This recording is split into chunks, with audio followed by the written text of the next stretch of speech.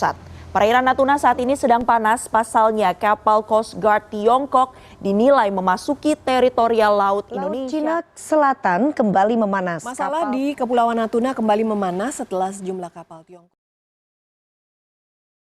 Assalamualaikum warahmatullahi wabarakatuh.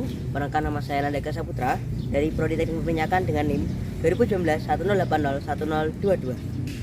Perkenalkan, nama saya Bima Satria Yudanto Yuva Putra Suryanto dengan NIM 2119 1030 1040 dari Prodi S1 Teknik Sipil. Kabupaten Natuna adalah salah satu kabupaten di Indonesia yang letaknya di paling utara Selat Karimata. Kabupaten ini atau kepulauan ini juga memiliki kekayaan yang sangat berlimpah, yaitu berupa minyak gas dan gas bumi.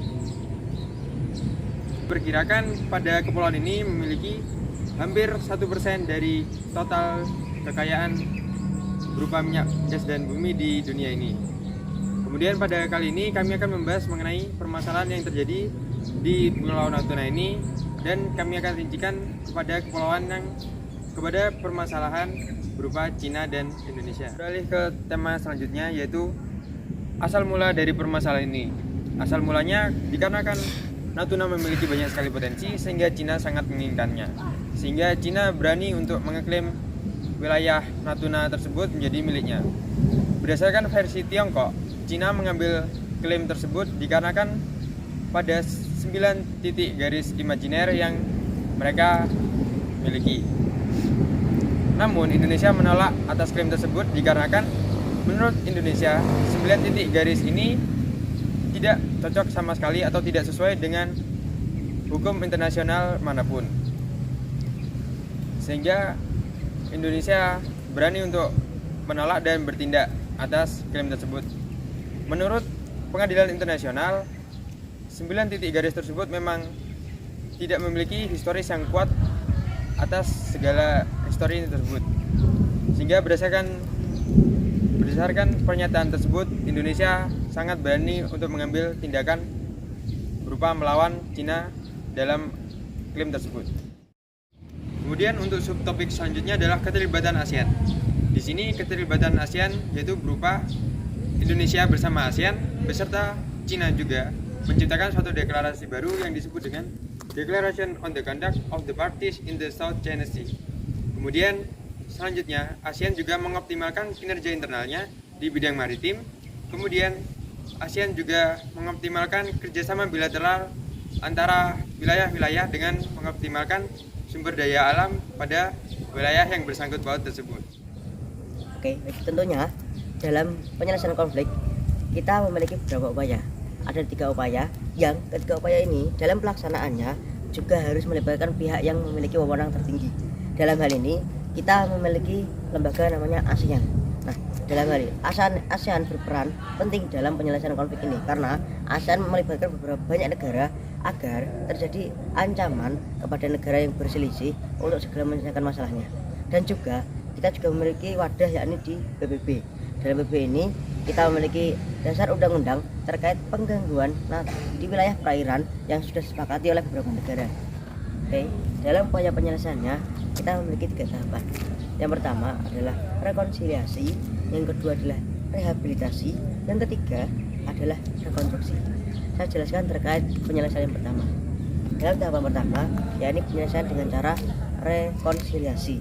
Rekonsiliasi ini berhubungan antara 2 negara, yakni terutama dalam hal ini antara Indonesia dengan Cina. Sekarang dapat kita ketahui bahwa hubungan antara Indonesia dan Cina sangat bagus dan juga sudah berkembang pesat di antara kedua negara ini. Dalam hal ini kita dapat memanfaatkan hubungan diplomatik yang sangat bagus ini dalam hal penyelesaian konflik di Natuna, yakni dapat kita laksanakan dengan cara membagi dalam sistem pengerukan sumber daya alam. Dalam sistem ini kita harapkan agar terjadi proses simbiosis mutualisme. Dapat kita contohkan, misal dalam kasusnya pihak Cina banyak mengeruk sumber daya alam dari Indonesia tanpa persetujuan dari Indonesia dan juga melanggar zona wilayah yang sudah disepakati. Nah, dalam hal ini Indonesia dapat mengupayakan ataupun bekerja sama dengan pihak Cina agar pihak Cina membantu proses pengambilan sumber daya alam sesuai dengan perhitungan yang ditentukan agar sumber daya alam juga dapat digunakan di generasi selanjutnya. Tentunya dalam hal pemanfaatan sumber daya alam ini kita tetap mengedepankan agar terjadi proses simbiosis mutualisme, yakni pihak Indonesia diuntungkan dan juga pihak Cina juga diuntungkan. Hal ini juga berdasarkan undang-undang di pihak ASEAN yang sudah kita sepakati, yang dapat kita singkat dengan DOC, yang berbunyi yakni di antara kedua negara harus saling menguntungkan dalam penyelesaian konflik. Itu terima kasih. Oke, selanjutnya adalah upaya yang dilakukan Indonesia untuk menangani konflik yang terjadi antara Indonesia dan Natuna. Indonesia dan Natuna memiliki langkah diplomatik agar konflik ini dapat diselesaikan dengan baik, yakni dengan adanya undang-undang DOC yang sudah disepakati oleh juga di pihak ASEAN. Indonesia dan China berusaha untuk melakukan langkah diplomatik agar tidak terjadi perang. Dan juga dengan adanya langkah ini, Indonesia juga mengajukan beberapa hal yang berhubungan dengan diplomatik, seperti contoh undang-undang, agar Indonesia memiliki kekuatan diplomasi yang kuat di Asia maupun di PBB agar bisa menekan jika suatu saat lagi terjadi konflik antara Indonesia dan juga ASEAN.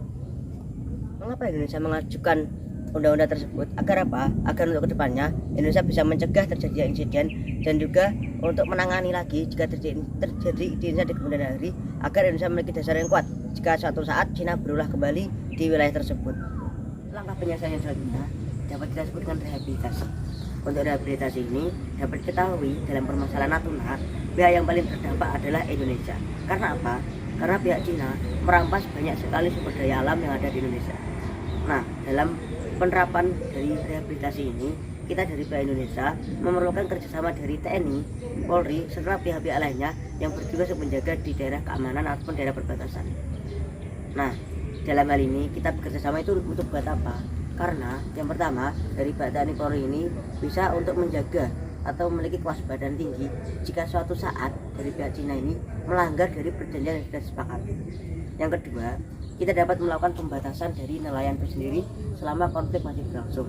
Dalam hal ini contohnya adalah agar nelayan kita tidak terganggu oleh pihak Cina dalam masa konflik, maka kita dapat membatasi dari wilayah arung atau wilayah jelajah dari nelayan kita. Tetapi dalam pembatasan wilayah jelajah ini tetap memperhatikan dari keberadaan dari sumber daya alam tersebut, yang dalam hal ini adalah ikan. Nah, yang selanjutnya yang ketiga, yakni dapat kita terapkan sistem keluar jam. Karena apa? Ditakutkan jika suatu saat terjadi kayak misalnya dari pihak Cina dalam tanda kutip nekat mengebom dari wilayah Natuna ini, teman-teman atau masyarakat yang berada di wilayah Natuna ini tidak terdampak secara keseluruhan. Karena apa? Terjadi pembatasan jam malam dan dari pihak masyarakat sendiri kan sudah berada di rumah dan diharapkan jika berada di rumah dia sudah aman. Nah, dalam hal ini juga Indonesia ini berhak untuk menuntut kepada Cina. Misal Cina melakukan tindakan yang anarkis. Dalam ini fungsinya dari penjagaan ini adalah jika memang suatu saat terjadi tindakan yang dilakukan oleh Cina melanggar yang sudah disepakati, kita dapat melakukan tindakan yang sesuai dengan tindakan kemiliteran yang juga terukur.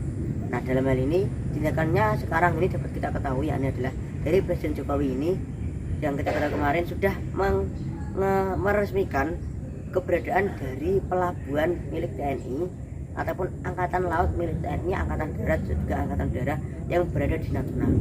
Hal ini juga merupakan langkah tegas dari Jokowi untuk menegaskan kepada Cina bahwa Cina harus mengakui dari integritas dan juga kedaulatan dari Indonesia itu sendiri. Nah, dalam hal ini kita tidak memikirkan anggaran. Karena apa? Kedaulatan ini lebih tinggi daripada anggaran yang kita keluarkan. Konstruksi ini dalam pengertiannya adalah dapat kita ketahui antara hubungan Indonesia dan Cina sudah sangat baik, terutama dalam hal bidang kerjasama.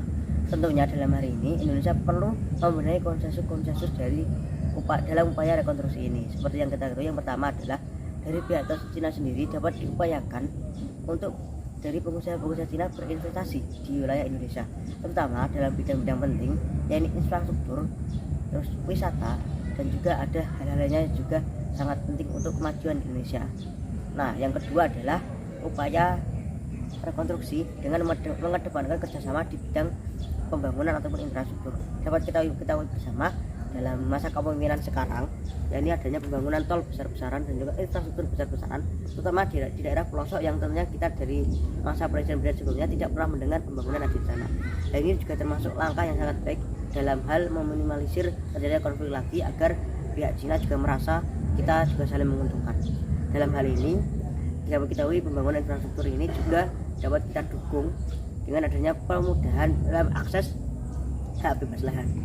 Dapat kita ketahui sendiri kenapa alasan kita mengedepankan Cina untuk dalam kerjasama infrastruktur, dapat ketahui bahwa Cina ini memiliki kereta api yang sangat cepat, terus dengan rel terpanjang dan juga armada terbanyak. Nah, karena hari ini kita tentunya memiliki keuntungan lebih jika bersama dengan mereka agar infrastruktur kita berjalan dengan bagus dan juga bisa menekan harga-harga bahan pokok dan juga bisa membuat masyarakat Indonesia memiliki pembangunan yang merata. Terima kasih.